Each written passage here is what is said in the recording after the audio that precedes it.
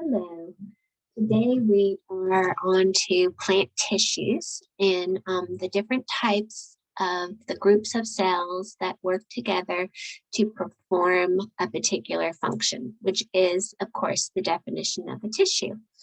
And so I'm just going to go through your notes like I traditionally would if I were with you in the classroom. You have the blank sheet, and I'm going to give you time to fill it in as we go. So first thing, the definition of a tissue. Tissues are groups of cells that work together to perform a particular function. Okay. Remember from our discussion yesterday that all plants have organized tissues. That's part of what has to be true about you to be a plant. That's why, for example, that seaweed is not a plant, even though it looks like it has stems and leaf-like structures.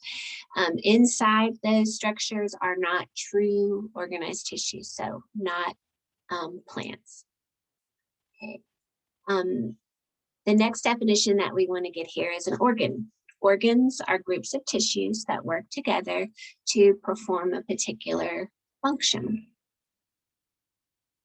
So tissues are groups of cells, organs are groups of tissues. We really went over these definitions at the beginning of the year, and of course we learned them in 7th grade as well. And most plants have organs, which are where their tissues are arranged into structures that carry out particular functions. And within this category of plant organs, there are a couple of different kinds. Whoops, that was just doing something weird up here. I don't know if it shows it on the video, but on my screen, it was like the word function was like double layered or something. Okay, so organs. Plants have different types of organs. Some of them are called vegetative organs. And basically, the vegetative organs just they don't have anything to do with reproduction. And the vegetative organs are roots, stems, and leaves. And really, this is where we get our word vegetable. So like traditionally, when we go to the grocery store, we think of vegetables as being the things that like aren't sweet and the fruits as being things that are sweet. But in reality, the vegetables are the produce that come from the vegetative organs of the plants. So leaves would be like, lettuce, for example, and spinach. The stems would be like celery or rhubarb, and the roots would be like carrots or potatoes or things like that. So vegetables, because they come from the vegetative organs. The reproductive organs are, of course, the organs that are directly involved in reproduction. And those are,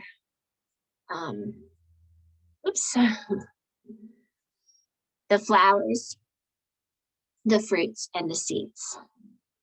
Now, I will say that I'm obviously making this while sitting at home in my bedroom, and I can't see how long it's taking you guys to write down anything, obviously. So if at any time you need your sub to pause the video so that you can get everything down, you're going to have to let him or her know. It's supposed to be Mr. Miller, so of course that would be him, but in the COVID age, you just never know, do you? Who's going to be there one day versus the next. Okay, so let's just recap. We're talking about plant tissues. Tissues are groups of cells that work together. Organs are group of tissues that work together. Organs can be broken down into two types: vegetative, which are not involved in reproduction, and reproductive, which are involved in reproduction.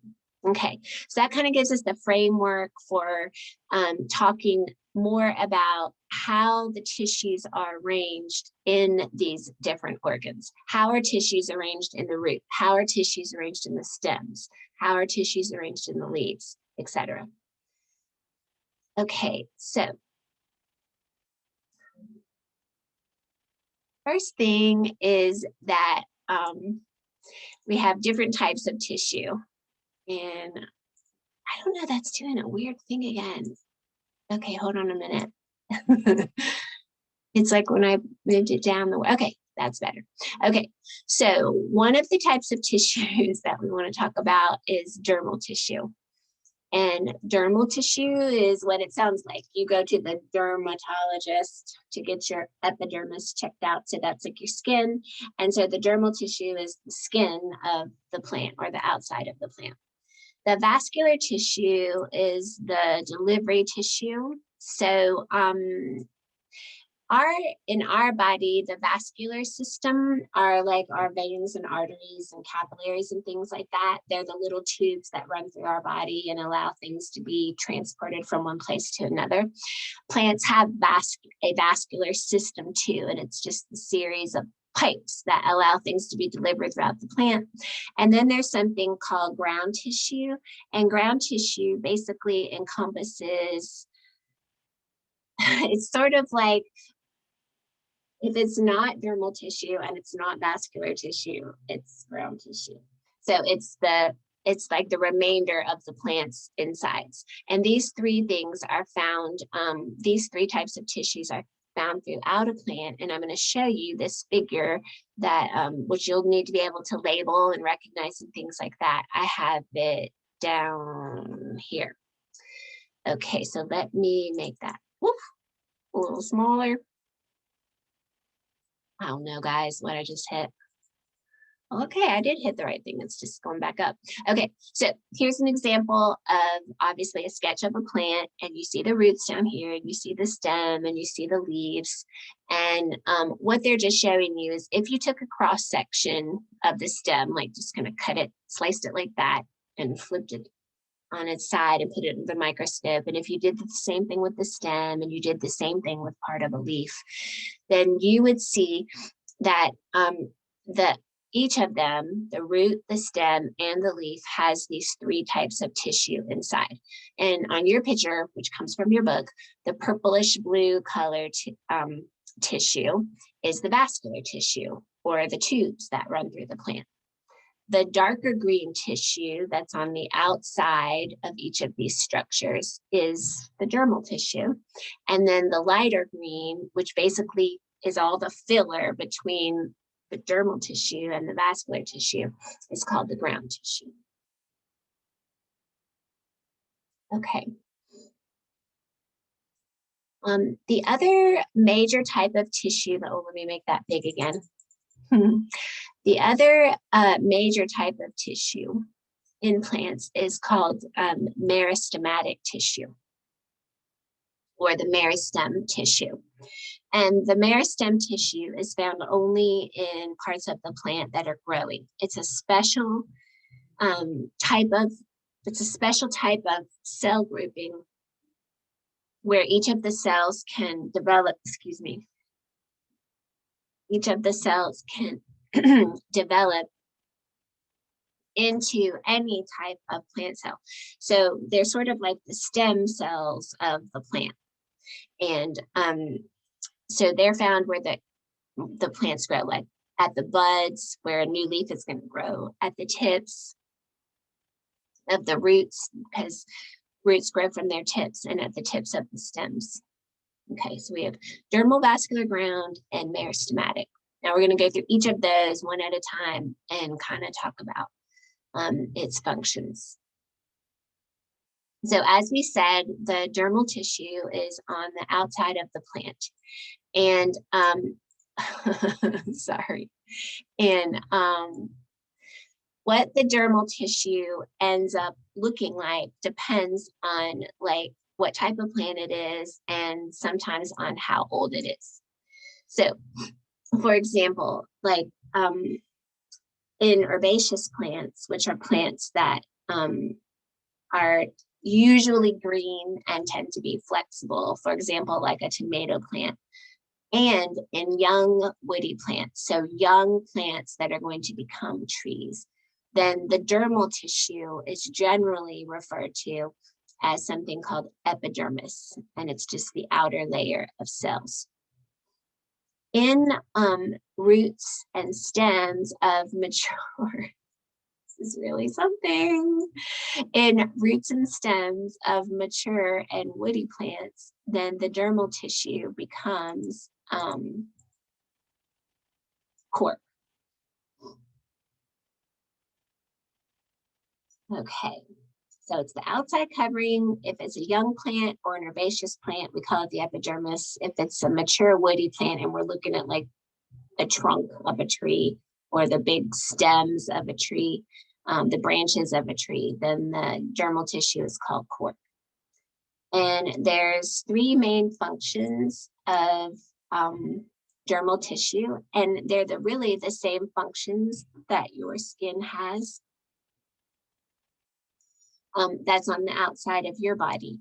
One is just general protection, right? Because we've learned now, sorry, there are viruses and fungi and different bacteria and other things that want to get into a plant and violate it in different ways. So just like your skin protects you, the dermal tissue of a plant protects a plant from like outside intruders, but it also protects it like from water loss, just like our skin does. Gas exchange is a part of the dermal tissue's function. So especially on the outsides of leaves, there are special like passageways for gases to flow through the dermal layer. And those are called stomata. You might remember them from 7th grade, and we'll talk more about them when we talk about leaves soon. And then another function of the dermal tissue is to absorb minerals and water. And this is especially true of the dermal tissue that's down in the roots, because it's in the roots where water is absorbed from the environment into the plant. So that dermal tissue is specially designed to bring water and minerals in. So that's dermal tissue here. Now we're going to talk briefly about vascular tissue. Vascular tissue's job is to transport water and nutrients throughout the plant. We've talked about that. They're the tubes through which things travel through the plant. There's two types of vascular tissue, xylem and phloem. And we talked about how water is transported through a plant in 7th grade and the differences between xylem and phloem. So it might ring a bell for you.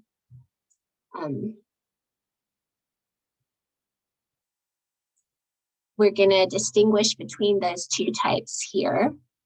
And I'll see if I can put another box in here so we don't show all the spaces at once, but obviously that doesn't always work as well as I would like it to. So we're on xylem. Xylem carries water, and xylem carries water through these special types of cells that make up the xylem. And those cells are called tracheids and vessel cells.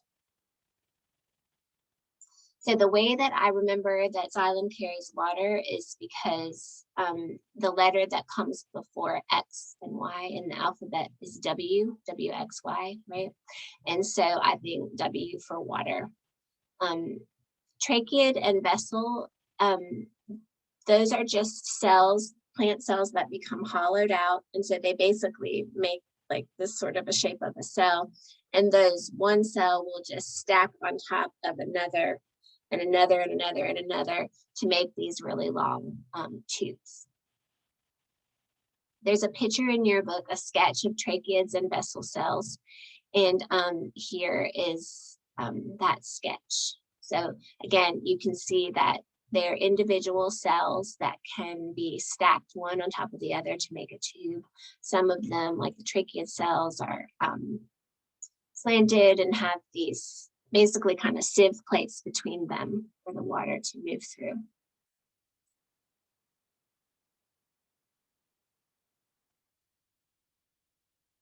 Okay, as I just said, the cells stack to form these tubes, and I just showed you that figure. And they die, the cells die when they're mature. And that's okay, because when they die, they don't, oh my goodness. when they die, they don't dissolve or anything. They just stay there as these like basically hollow pipes. So they have really thick walls to them, and those thick walls provide really good structural support for the plant.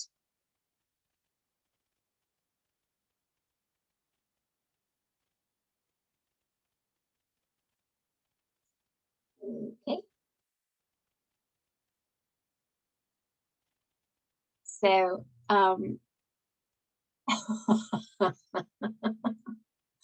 guys, I am so seriously driving myself crazy. I'm sure I'm driving you crazy. You can get a migraine or something. Okay, phloem. So phloem is the other type of vascular tissue. It carries water and dissolved foods. Now, when we say water, I don't mean it carries water like xylem carries water. Like, I mean it carries water that has dissolved food in it. It's never just like pure water. It's water that's mixed with the food. And that food is normally that the sugar or this glucose actually is used to form sucrose. That's produced in the leaves, and then it takes it to the rest of the plant. So I don't mean, like I said, not pure water, but also not pure sugar, because pure sugar would be solid, right? So we have, it's more like a syrup. Okay, phloem is made of stacks of living cells. So they're again stacks of cells, but not like xylem in that the phloem cells stay alive. And those cells are called sieve tube cells.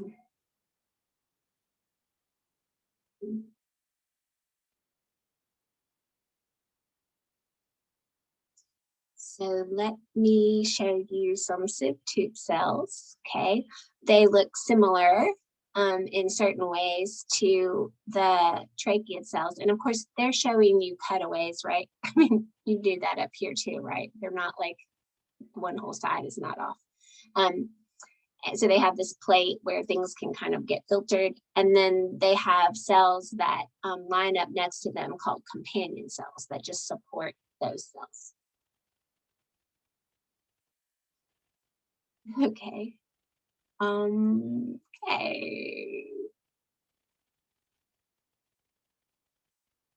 All right. And I think that's just showing you what I just told you about companion cells. The mature sieve tube cells are supported by the companion cells. All right. Now, the other type of tissue that we mentioned besides dermal tissue and vascular tissue was ground tissue. And ground tissue is that tissue that kind of fills in between the skin or the dermal tissue and the vascular tissue, which is the piping. And ground tissue remains active and alive throughout the life of the plant. Non-woody stems and roots and leaves. So for example, the stem and roots and leaves of a tomato plant and things like that are made mostly of ground tissue. And that makes sense because like woody trees, their dermal tissue is real thick on the outside. It's got lots of dermal tissue on the outside. And then like in the trunk of a tree, all the part of the stuff that we would call wood are xylem cells that have been filled up and solidified. But in non-woody stems and roots and leaves, it's mostly ground tissue. Ground tissue helps support the plant. It provides storage for water, sugar, and starch. And this just all went away. Okay, and I think like if I go, yeah, if I select it, it magically comes out. Oh my word. Okay. It remains alive throughout the life of the plant. That's the ground tissue. Helps support the plant, provides storage for different things that the plants need. And it also performs like the processes of the plant that allow it to use its food. So like to make its food and to use its food. So for example, like photosynthesis. So it really makes sense that that's what the ground tissue does, because the dermal tissue is all about protection and like getting the right things in, keeping the wrong things out. That makes sense because it's on the outside. The vascular tissue, those are pipes. So they're all about transportation. They're not about photosynthesis. They're not about absorbing anything or letting gas in. Their whole job is, transporting things throughout the plant. So you got to have some part of the plant that's not transporting and not protecting, but actually doing the work of the plant, like making sugar and breaking the sugar down and, making ATP from it and storing the food that the plant makes and things like that. And that's the ground tissue's job. Okay. Now, the last type of tissue that we've talked about in this handout is the meristematic tissue. And remember, I told you those were the stem cells, the cells that can become any other type of cell. They're the cells that are located in areas where there's a lot of growth. I am just getting rid of this. It's totally driving me crazy. And look, they all disappeared again. Okay. So meristematic tissue is made up of really small, really thin-walled. Undifferentiated means they haven't become any particular type of cell yet. They could become anything, which is what it says right there. They can become any particular type of tissue. They're only found in growing areas. And of course, their job is to make sure that the plant can continue to grow as it's ready to. Okay, so hopefully what you learned from this very stop and start awful presentation, I'm so sorry, of this information, is that all plants have organized tissues. Those tissues come like in 4 flavors: dermal, vascular, ground, and meristematic. Each type of tissue has its own kind of job that it does to support the life of the plant. And when those tissues work together to perform a particular function, then we get what's called an organ. And there's different types of organs: vegetative, where you have organs that are involved in work that has nothing to do with reproduction directly, and then reproductive organs, which have directly to do with making new plants. Okay, so thank you for your attention, and I think that's the best you're going to get while your teacher is home with COVID. So I just look forward to being back with you again soon.